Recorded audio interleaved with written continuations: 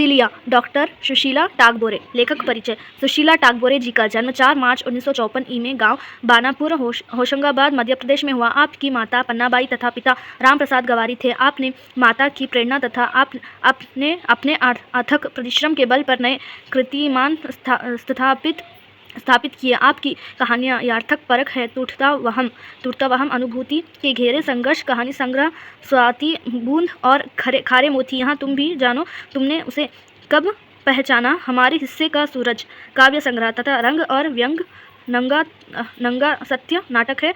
अनेक विश्वविद्यालयों में आपके साहित्य पर शोध कार्य चल रहा है। आपको अनेक संस्थाओं से सम्मानित किया गया है। वर्तमान में आप सेठ किसरीमल पोरखवाला कॉलेज कमेटी नागपुर महाराष्ट्र में सेवारत है। जहाँ जहाँ होती है वहाँ राह खुद बनने लगती है। इसको चित्रित करते हुए कहानी की प्रमुख पात्र सिलिया समाज में अपने लिए न सिर्फ स्थान बनाती है बल्कि सम्मान की अधिकारिणी भी बनती है। वहाँ अपने साथ घटी हुई घटनाओं को ध्यान में रख झाड़ू के स्थान पर कलम को महत्व देकर अपने लक्ष्य को प्राप्त कर अपनी जाति के लिए ही नहीं अपितु पूरे समाज के लिए प्रेरणास्त्र बन जाती है। स्त्री शिक्षा के महत्व को प्रतिपादित करने तथा अपने दृढ़ संकल्प को साकार करने की प्रेरणा लेने हेतु इस कहानी का चयन किया गया है। आगे देखिए। नानी उसे प्यार से सिलिया ही कहती थी। बड़े भैया ने अपनी शिक्षा प्राप्त सूझबूझ के साथ उसका नाम शैलजा रखा था। माँ पिताजी की वहाँ सिल्लो रानी थी। सन 1980 की बात है। सिलिया 11वीं कक्षा में पढ़ रही थी। सावली सलोनी मासूम भोली सरल व गंभीर स्वभाव वाली सिलिया स्वास्थ्य देह के कारण वहाँ अपनी उम्र से कुछ ज़्यादा ही लगती थी। लोग उसकी शादी के विषय में चर्चा करने लगे थे। उसी साल हिंदी अखबार नई दिल्ली में एक विज्ञापन छापा। शूद्रवर्ण की वधू चाहिए। मध्य प्रदेश की राजधानी भोपाल के जाने माने युवा नेता सेठी जी एक अछूत कन्या के साथ विवाह करके समाज के सामने एक आदर्श रखना चाहते थे। उनकी केवल एक ही शर्त थी कि लड़की कम से कम मैट्रिक हो। गांव के बहुत से पढ़े लिखों ने ब्राह्मणों बनियों ने सिलिया की माँ को सलाह दी। सिलिया की माँ, तुम्हारी सिलिया मैट्रिक पढ़ रही है, बहुत होशियार है, समझदार भी है। तुम उसका फोटो परिचय नाम पता लिखाकर भेज दो। तुम्हारी बेटी के भाग्य खुल जाएंगे, राज करेगी। सेठी जी बहुत बड़े आदमी हैं। तुम्हारी बेटी की किस्मत अच्छी है। सिलिया की माँ अधिक जिरह में ना पढ़कर केवल इतना कहती हैं, भैया जी हाँ दादी जी सोच विचार करेंगे। हाँ भाऊजी हाँ दादी जी कहती हैं, हाँ भाऊजी हाँ दादी जी सोच विचार करेंगे। सिलिया के साथ पढ़ने वाली सहेलियाँ उसे छेड़ती हंसती, मगर सिलिया इस बात का कोई सिर पैर नहीं समझ पाती। उसे बड़ा अजीब लगता। क्या कभी ऐसा भी हो सकता है? इस विषय में घर में भी चर्चा होती। रिश्तेदार और पड़ोसी यही कहते, फोटो भिजवा दो, नाम पता लिखकर भेज दो। तब सिलिया की माँ अपने वालों को अच्छी तरह समझा कर कहती, नहीं भैया, यहाँ सब बड़े लोगों के चोचले हैं। आज समाज को और सबको दिखाने के लिए हमारी बेटी से शादी कर लेंगे और कल छोड़ दिया तो हम गरीब लोग उनका क्या कर लेंगे? अपनी इज्जत अपने समाज में रहकर भी हो जाती है। उनकी दिखावे की 4 दिन की इज्जत हमें नहीं चाहिए। हमारी बेटी उनके परिवार और समाज में वैसे मान सम्मान नहीं पा सकेगी, ना ही फिर हमारे घर की ही रह जाएगी, ना इधर की ना उधर की। अब आगे देखिए। हमसे भी दूर कर दी जाएगी। हम तो नहीं देंगे अपनी बेटी को। हम उसको खूब पढ़ाएंगे लिखाएंगे। उसकी किस्मत में होगा तो इससे ज़्यादा मान सम्मान वहाँ खुद पा लेगी। अपनी किस्मत वहाँ खुद बना लेगी। माँ की बातों को सुन सिलिया के मन में आत्मविश्वास जाग उठा। सिलिया को वहाँ दिन आज भी याद है। अब 12 साल की सिलिया डरी सहमी सी एक कोने में खड़ी थी। मामी अपनी बेटी मालती को बाल पकड़कर मार रही थी। साथ ही ज़ोर से चिल्लाकर कह रही थी कि क्यों री, तुझे नहीं मालूम अपना वो कुएं से पानी भर सके हैं? क्यों चढ़ी तू कुएं पर? क्यों रस्सी बाल्टी को हाथ लगाई और वाक्य पूरा होने के साथ ही 2-4 झापड़ घुसे और बरस पड़ते मालती पर। बेचारी मालती दोनों बाहों में अपना मुंह छुपाए चीख चीख कर रो रही थी, साथ ही कहती जाती थी, ओ भाई, ओ माँ, माफ़ कर दे, अब ऐसा कभी नहीं करूँगी, कभी नहीं करूँगी। मामी का गुस्सा और मालती का रोना देखकर सिलिया स्वयं को अपराधी महसूस कर रही थी। वहाँ अपनी सफाई में बहुत कुछ कहना चाहती थी, मगर इस घमासान प्रकरण में उसकी आवाज़ धीमी पड़ जाती थी। मामी को थोड़ा शांत होता देख सिलिया ने साहस बटोरा, मामी, मैंने तो मालती को मना किया था, मगर वहाँ मानी ही नहीं। कहने लगी, जीजी प्यास लगी है, पानी पियेंगे। मैंने कहा कोई देख लेगा तो। कहने लगी, अरे गर्मी की भरी दोपहरी में कौन देखने आएगा, बाजार से यहाँ तक दौड़ते आए हैं, प्यास के मारे दम निकल रहा है।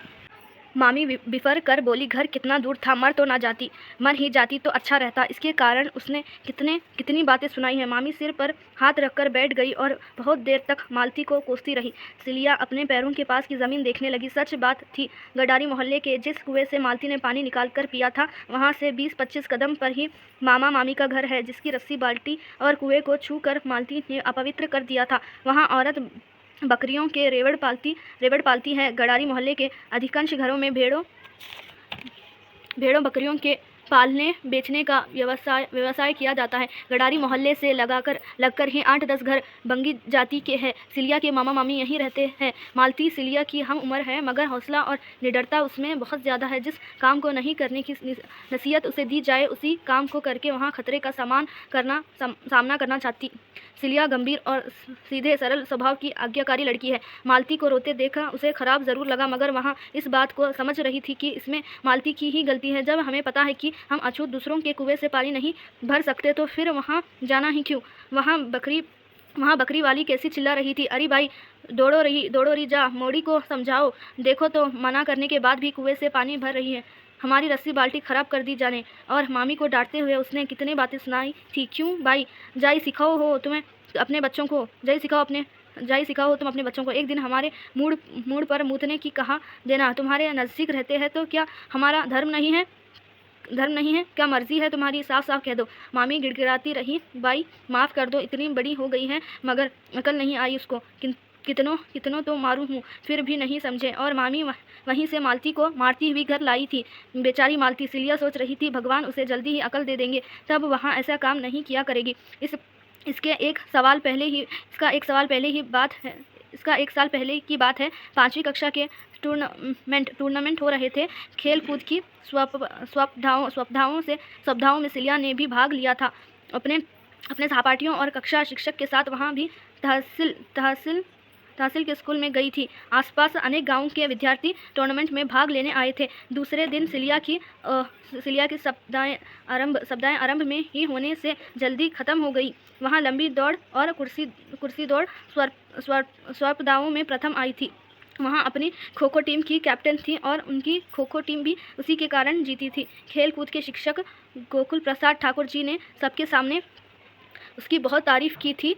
साथ ही उससे पूछा था, यहाँ तहसील में तुम्हारे रिश्तेदार रहते होंगे, तुम वहाँ जाना चाहती हो, हमें पता दो, हम तुम्हें वहाँ पहुँचा देंगे। सिलिया मामा मामी के घर का पता जानती थी, मगर शिक्षकों के समक्ष उनका पता बताने में उसे संकोच हो रहा था। शर्म के कारण वहाँ कुछ नहीं बता पाई। उसने संकोच के साथ कहा, मुझे यहाँ किसी का भी पता मालूम नहीं है। तब सर ने उसकी सहेली हेमलता से कहा था, हेमलता, तुम इसे भी अपनी बहन के घर ले जाओ, शाम को सभी एक साथ गांव लौटेंगे, तब तक वहां आराम कर लेगी। हेमलता ठाकुर सिलिया के साथ ही 5वीं कक्षा में पढ़ती थी। उसकी बहन की ससुराल तहसील में थी। उनका घर तहसील के स्कूल के पास ही था। हेमलता सिलिया को लेकर अपनी बड़ी बहन के घर आई। बहन की सास ने हंसकर बातें की। हेमलता को पानी का गिलास दिया। दूसरा गिलास हाथ में लेकर सिलिया के बारे में पूछने लगी, कौन है, किसकी बेटी है, कौन ठाकुर है?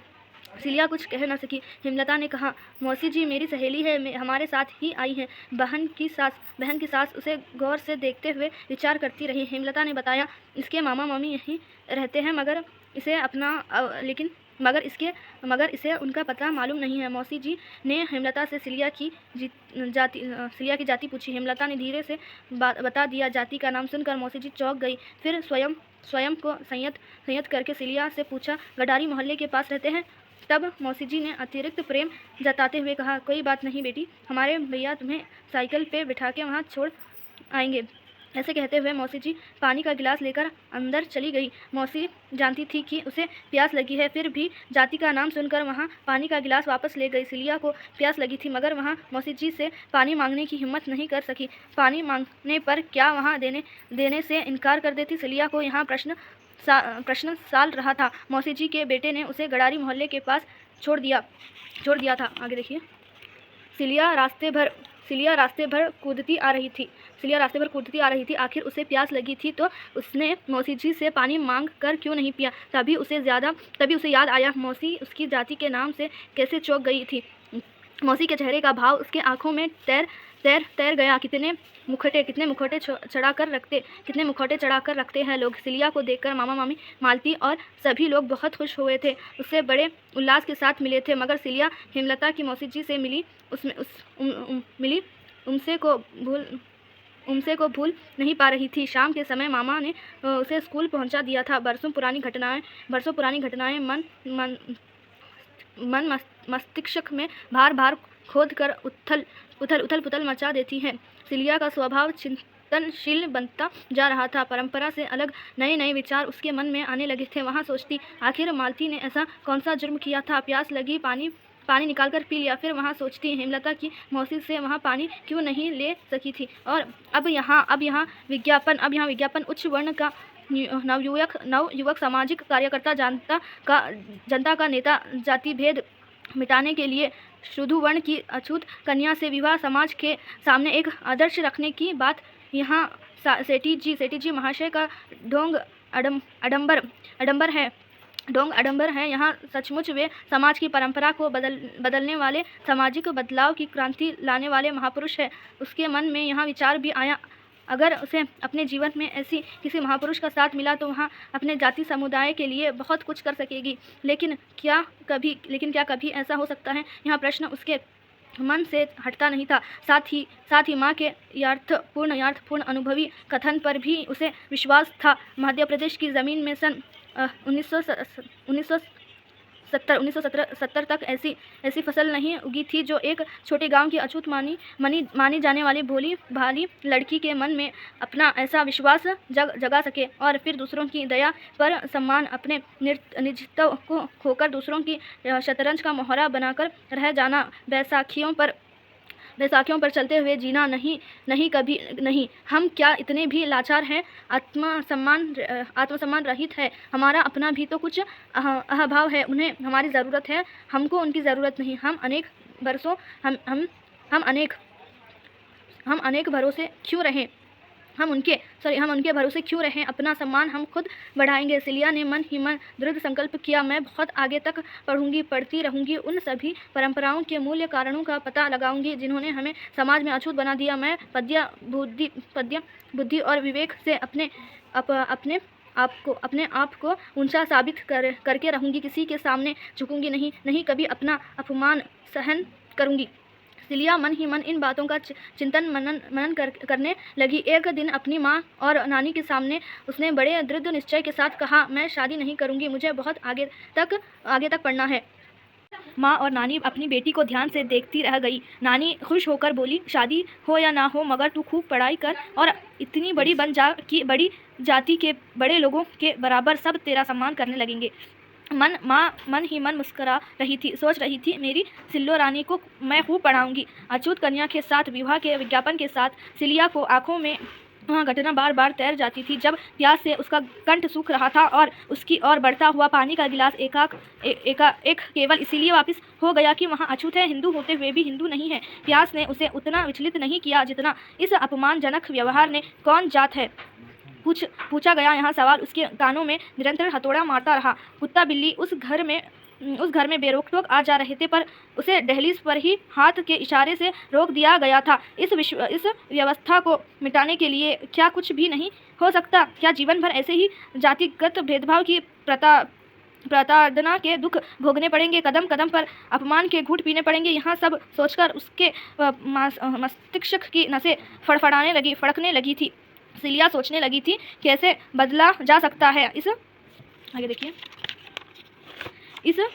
इस हालत को कैसे हम अपनी इज्जत और बरकरारी का दर्जा पा सकते हैं। और झाड़ू कमबख्त, यहाँ तो जानवरों से बदतर जीवन कायम रखने का हमारे लिए दुष्चक्र है। किसने थमा दी हमारी जाति के हाथों में ये झाड़ू। इस समाज में पैदा होना नहीं होना तो हमारे हाथ में नहीं था, परंतु इस अपमानजनक गुलामी के चिन्ह को छोड़ना तो हमारे हाथ में है। यहाँ हम कर सकते हैं। वहाँ दृढ़ता से सोचने लगी, हाँ यहाँ हम ज़रूर कर सकते हैं। उसकी आंखों में अब एक चमक थी। हाँ, हीनता और दीनता के भाव तो ना जाने कब के जा चुके थे। वहाँ मन ही मन सोच रही थी, झाड़ू नहीं कलम, हाँ कलम ही उसके समाज का भाग्य बदलेगी। उसने सोचा, वहाँ खूब पढ़ेगी, सम्मान के उच्च शिखर पर पहुँचूंगी। वहाँ एक चिंगारी है जो मशाल बनकर अपने समाज की प्रगति का मार्ग को प्रकाशित करेगी। सिलिया ने तय किया, वहाँ जीवन भर कोशिश करेगी कि समाज इन सब बातों को समझे और मर्म को जाने।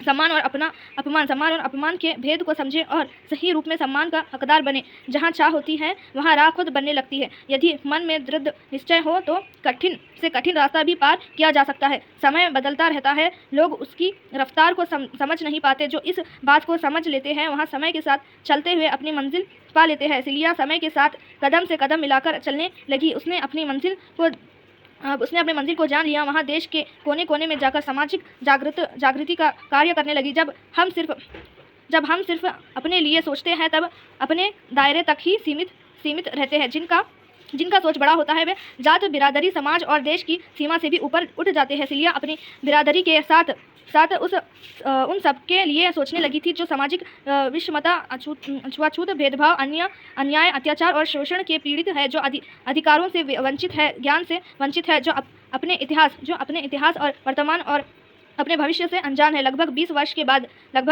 के बाद देश की राजधानी के सबसे प्रख्यात सभागृह में एक प्रतिष्ठित साहित्य संस्था द्वारा एक महिला को सम्मानित किया जा रहा है। दलित मूर्ति आंदोलन की सक्रिय कार्यकर्ता, विदुषी, समाजसेवी, कवियत्री, साहित्य जगत की प्रसिद्ध लेखिका आदि अनेक विशेषणों का प्रयोग उसके लिए किया जा रहा है। मंत्री